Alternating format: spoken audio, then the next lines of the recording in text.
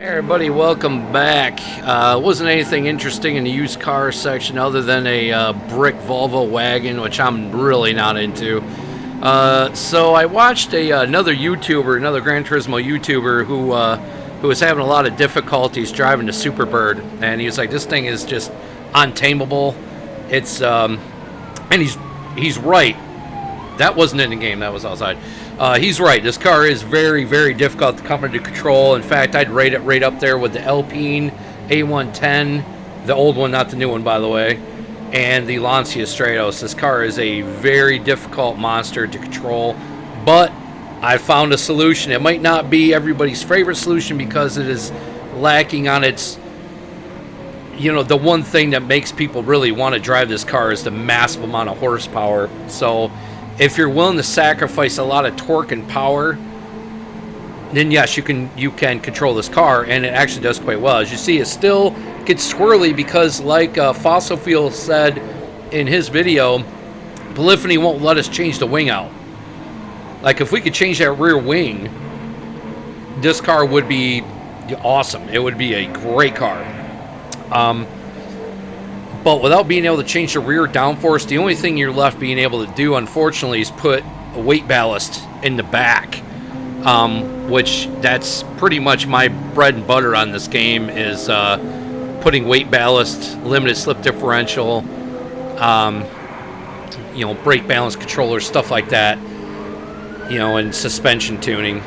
Yeah, I am right up that Urus's ass, dude. But so we did manage to control this car, and we did manage to do a lap on the Nürburgring without screwing up. So this is the second run I did. The first run I did, I used my generalized usual setups and said, well, let's see how that works, and that really didn't work out so well. It really didn't. The car was very tail happy, slid out a lot. It couldn't control, the road conditions of the Nürburgring, which is a great proving ground for any car. You want to see if a car is good, take it here. This track will learn you real quick on what handles good and what doesn't.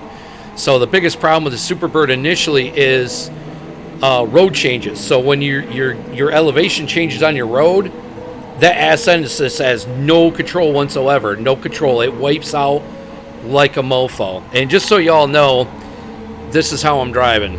I'm not using a wheel setup or nothing like that. We're straight up controller driving, which is, in my opinion, a lot more difficult than steering wheel driving on this game. So let's hop out and I'll show you what we did to achieve some semblance of control on the Superbird.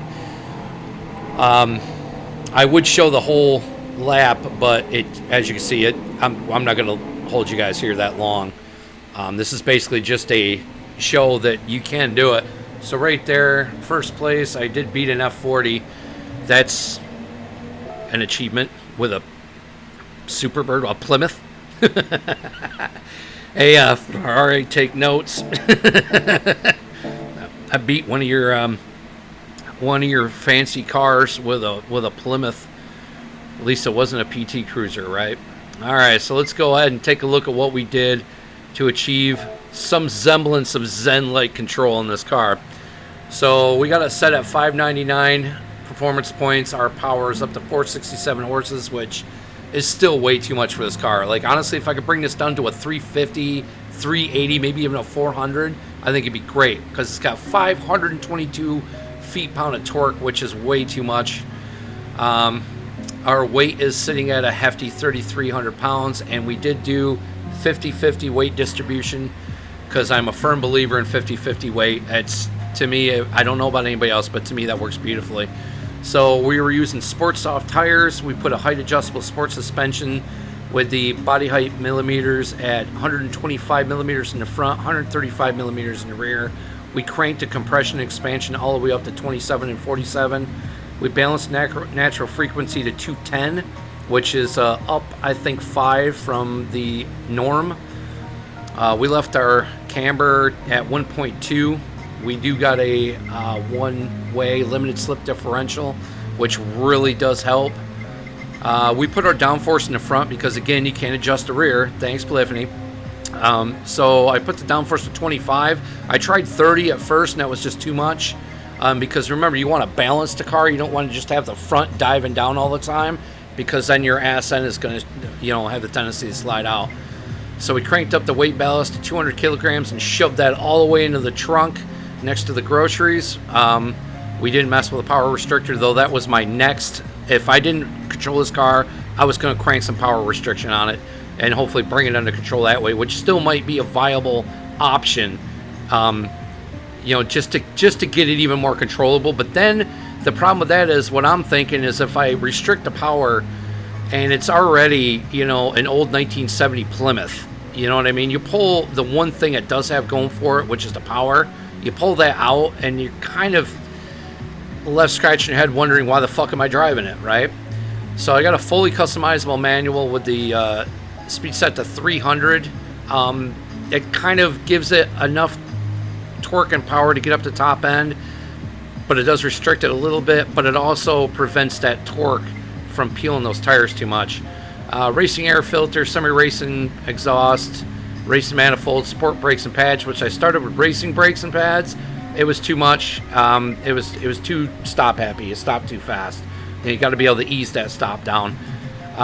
Semi-racing clutch and flywheel, carbon propeller shaft. We did polish the ports, and we did install a racing crankshaft, which dropped the torque a little bit. And we did 2 stages of weight reduction, and we increased the body rigidity. And there you have it, guys, a controllable Superbird. Although, however, it is controllable, a lot more controllable than it was.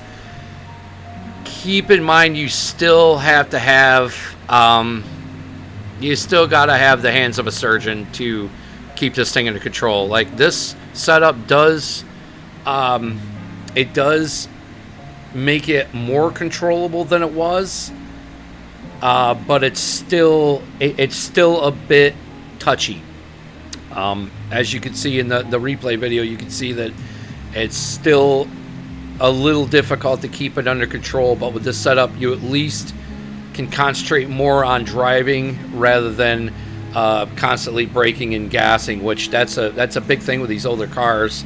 Feathering that gas and feathering that brake, especially if you're using a limited slip, that is a big thing with these cars. But the cars like this and the Lancia Stratos, and even to a point the LP and A110, you got to feather that gas and feather that brake back and forth and get a rhythm going, because that's generally the way you would control a car like this at speed back in the day, as you would have to,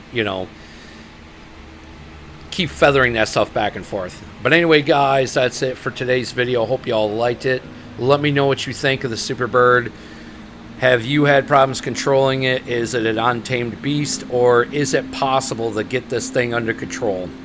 I think I proved it is possible. If you're willing to sacrifice a few things, it is possible to control the car. All right, guys, I'll see you on the next one. Thanks for watching.